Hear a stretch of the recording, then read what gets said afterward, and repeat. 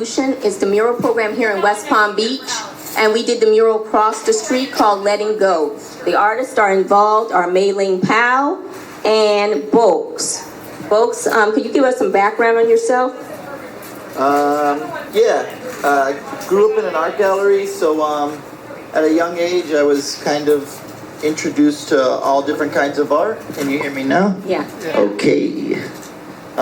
So my mom owned a gallery, and I didn't really know what I was doing, probably like any other kid at that age at the time would, but I liked to draw, and she'd have art shows, and I would see all different kinds of art, and I was always drawing as a kid. And a little bit older as I got, it was like, do you want to go skateboard? No, your friends are better at you than skateboarding. Do you want to go do this? No, you don't want to do that. So I just stuck with drawing, and as soon as I found the spray can, no questions asked, that's what I wanted to do for the rest of my life. I mean, I can truly say I love it. You know, it's my passion, and I'm very fortunate to have that. So, once I found that, it was just like, all right, you've been waiting for me, you know, I'm here. Mei-Ling? I was born in Nicaragua, and I grew up in Miami. The earliest memory that I have of doing art, because a lot of people will ask me, when did you start drawing and painting? I'd say the first memory I have is in second grade, my art teacher suggesting that I audition for a magnet art school. And so from then on, I always attended art school, and I tell people that it was almost like a given that this is what I was going to do as a profession. So you never thought of anything else? No. All right. We already know the name of the mural. Can you tell me why you guys selected the name? I think the wall selected the name. I don't really think we did. Since it was kind of like that last minute put us both together and see what we can come up with. And I can remember, I'll never forget when she looked at me and we both agreed, like, let's just have fun and not overthink this, you know, because it was kind of like, hey, can you do this? Can you guys collab? And, you know, I remember you guys were like, you know, thank you so much for, like, making this happen, but it wasn't like that for us at all. We were just really happy to, you know, we would paint anytime. So I think letting go was just, just let go and let the wall kind of paint itself, you know? That was kind of like the thing. I don't know if she feels a little different, but that's the name we came up with. How do you feel about the name Letting Go? I mean, I like what he said, because it is true. A lot of people would ask, how do you guys go about collaborating? Like, how did you come up with the idea? But Bulk literally said to me, you do your thing, I'll do my thing. We'll just meet in the middle, and it'll happen while we're painting. That's it. And the name we didn't think about till after it was done. And I think it was just a little bit slightly different. We were talking about naming it, but we shortened it to Letting Go. Yeah. So what was your main focus of inspiration? I know you're responsible for the lady. When you look across the street, you can see that the mural there is of a woman standing on a mountain. So can you give us a little background on what inspired you to do that? She's laying on a mountain, and she's creating the night and day, like the sky. Initially, I wanted to do a painting. Well, I had done a painting a few years ago inspired by Aztec culture, and it was a modern take on the goddess of the ocean. I think her name literally translates to she of the jade skirt. And so I wanted to revisit that, but I just changed it from then till now. I made a few changes. So her hair strands are meant to be the sky, like the clouds. Her skirt is the ocean, and it kind of transitions to the galaxy. And so it's meant to be this celestial being creating the night and day, and she's resting on a mountain. Like I said, it just all came from an inspiration from Aztec mythology. And you folks, describe your part of the mural. I definitely, when I paint, I don't really try to convey a message, because then I think you box your artwork in. So I kind of just like to do stuff that I leave for the people to interpret. So when you guys told us to title it, I looked at her like, oh man, you know, I've never really titled anything. But my girl, I think we did Letting Go in the image that I was doing. I like to paint girls. The flow of the hair is really cool. I have fun doing that. It's kind of easy to mess up and hard to do it all right. So I just had the flow with her hair and letting the bird go. I think the world right now is in a really weird spot, and the more positivity and the more things that we don't keep inside us and things that have happened to us in the past or just kind of anything like that, you know, don't keep it inside you because it's poison. So, you know, let go. The less you have, the more you'll realize that you do have. You know, the more that you don't hold.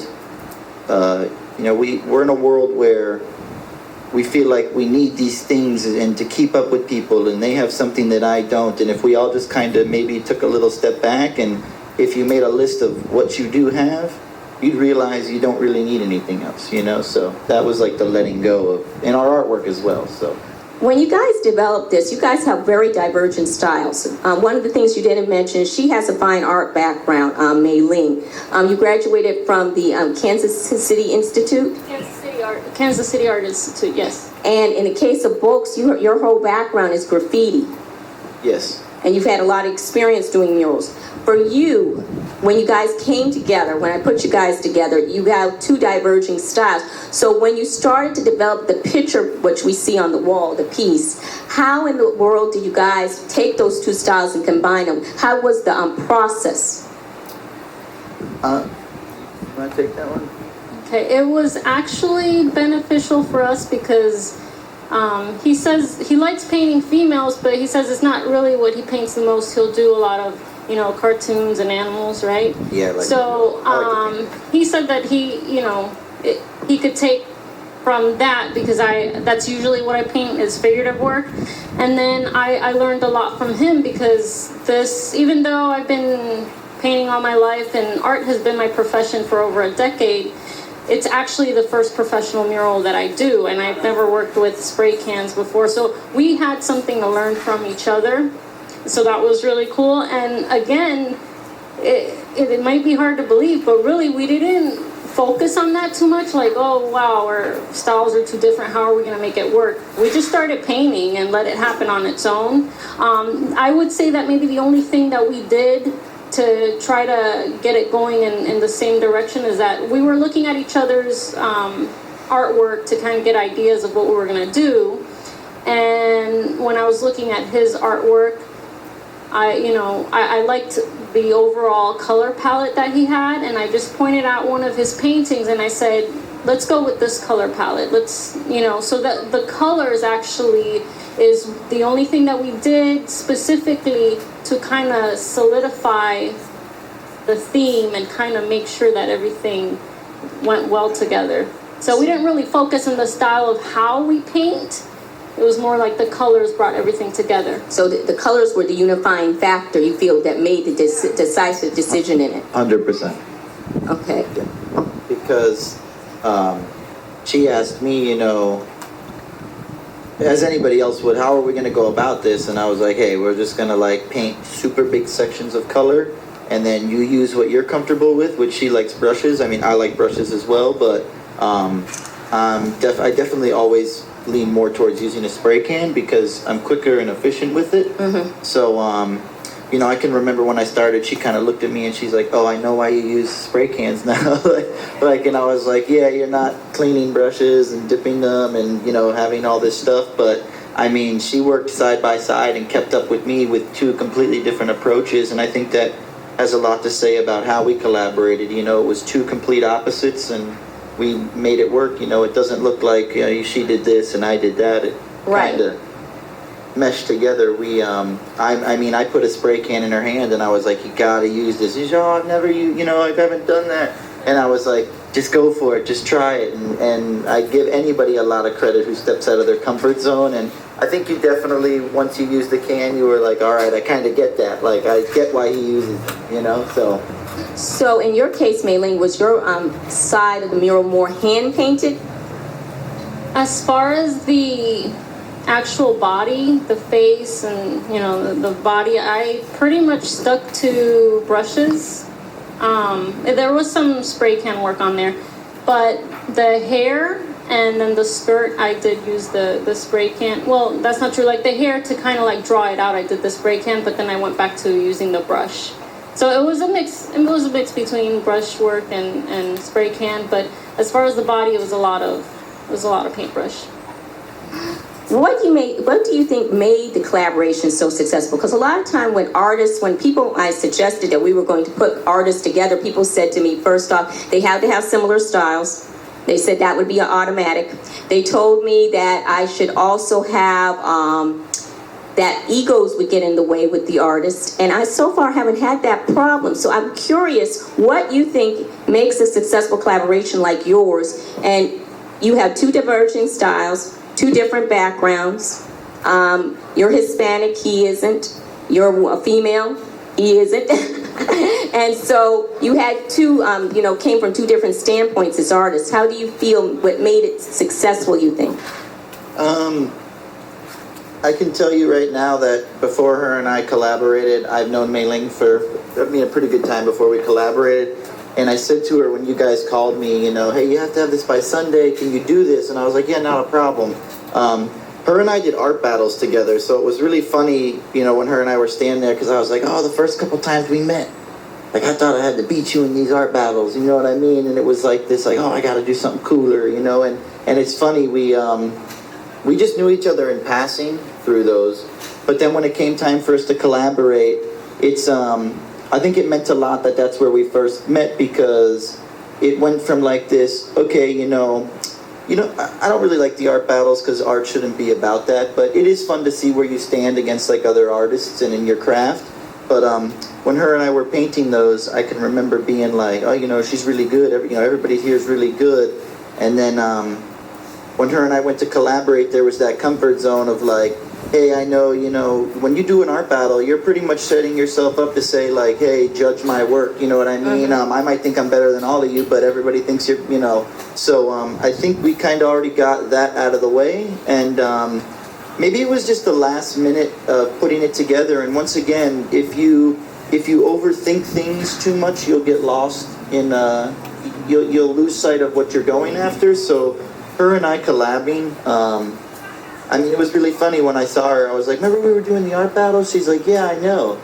And then I was like, well, now you and I are doing a wall together. So, you're like combining forces. We made like a peace treaty almost. So you guys never worked together before. You were competitors, but you guys never worked together before. Yeah, we never worked together before. So it's cool. And I think the other thing is, because you mentioned the whole ego and the reasons why it wouldn't work. Right. I think the reason why it did work was because there wasn't an ego. And I think the both of us understood that if we're able to do, like, if he just does his thing and I do my thing, we knew that that was actually the best thing, because artists are always talking about that creative freedom. If you don't have that creative freedom, it's like you're setting up these limits, and we didn't want to set up limits for each other. We knew that it was better if we just went at it as like, I'll let you do your thing, I'll do my thing, and that's where our strengths are gonna come out. And we always, the one thing, I paint with a lot of people, I do big productions with people, and good friends of mine, and the one thing that her and I had that I noticed that sometimes I don't get with other people I paint is, I would ask her, because she's really good at the human figure, and it's really hard to do that, and I would say to her, hey, do you like that? And what I really appreciated was she was like, you know what, you should maybe take that out. Like, it's not really, you kind of took away from what you already had. And that to me means a lot, because if somebody who's doing something with me tells me something's wrong, they're covering me so that, the world or, the people out there, I'd rather her tell me that than 100 people, So her and I weren't afraid to say, like, hey, do you like what I just did? Like, does that meet your standards? And there were a few things that I totally messed up on, and we stood back, and I was like, what do you think of that? And she's like, nah, you got to fix that. And like that, I'd rather paint with people like that, And same to you, you were saying, how are we going to do this? And I was like, don't worry about it, So as much as you're saying, we came together and collaborated, I don't think we worried as much as, oh, we have to collaborate. I think it was like she said, you do your thing, I'll do mine, and that's how it's going to work. Don't fight it. The more you fight it, the more you you get distracted in all the other stuff. You So know? you feel there was just a natural flow between the two of you. We just let each other do our own things, and that's what brought it together. How many sketches did it take you guys to get to the final piece? When you guys made a final decision? Well, it was several. I mean, and not like too many, but one of the reasons is Overnight. because one night. The reason being is that I had done a sketch already, and he had done a sketch already before we were even paired up. Okay, so we had submitted ideas. Then we were paired up, and we kind of met to talk about how we would join those ideas. And then we just kind of went back and forth. Just, you know, he took my drawing and his and put it together digitally. I did the same thing, and then we swapped them. And they were kind of similar. So we just took those from each other and then just changed it a bit and then just picked one. And there was probably a lot of me on the phone with her, like, hey, I know it's not in the picture, but don't worry about it. We'll do it when we get it. She's like, oh, okay, but they might want to see that. No, don't worry about it. Just send them what we got. Don't worry. It's going to be really cool when we do it. Don't worry about it. Now tell me, what are your influences in art? Who did you guys admire as artists that you think had a dramatic influence on what you do?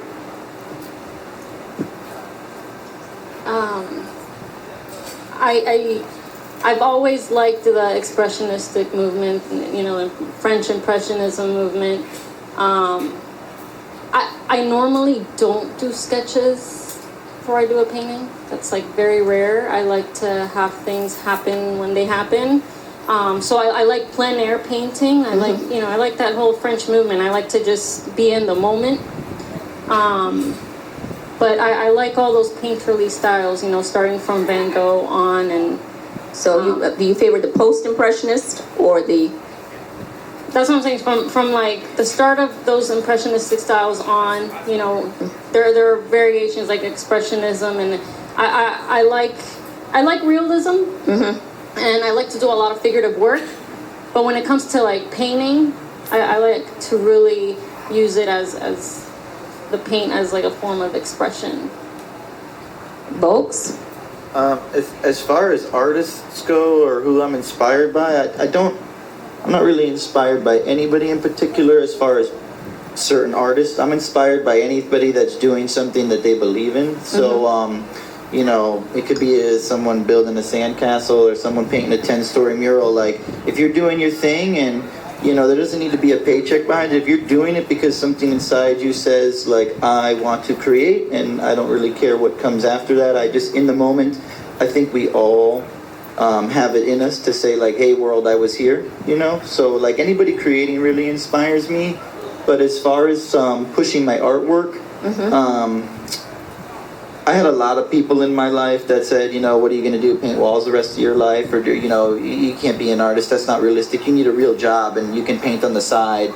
And I didn't want to do that. I think my mom was probably the only person that said to me, I remember saying to her one time, hey, Mom, I'm going to quit this job and try to be an artist. And she's like, no, that's all wrong. She's like, that's all wrong. She's like, you're not going to try to be an artist. She's like, just go be an artist, you know? So I think it's really important, especially like for me, that was having her support. I mean, I had people telling me, you can't even imagine, if your kid wants to be an artist, you need to support them because the world's telling us to go get jobs and go work for other people and go make somebody else money. And it's not even about that. I mean, the world needs artists. That's what pushes, you know, the way we move forward and how to inspire people. So my mom, I mean, I can remember being 16 years old, couldn't even go into Home Depot and buy spray paint. And my mom's like, what colors do you want? And I'm like, well, I'm going to do this. And she's like, oh, okay. And her friends are like, oh, I think I saw your son's thing on the side of the highway. And my mom's like, yeah, but, you know, as much as you can see someone getting in trouble for that, that's what keeps my son out of trouble, you know? Even though in the eyes of certain people, they might look at that different. But that was a big thing for me, was my mom just telling me, like, go for it, you know? And she is an art major. She owned a gallery for 35 years, and that all adds up to who I am, you know? Can I ask you a question? You said That's you what got we're involved with, yeah, the purpose of the interview.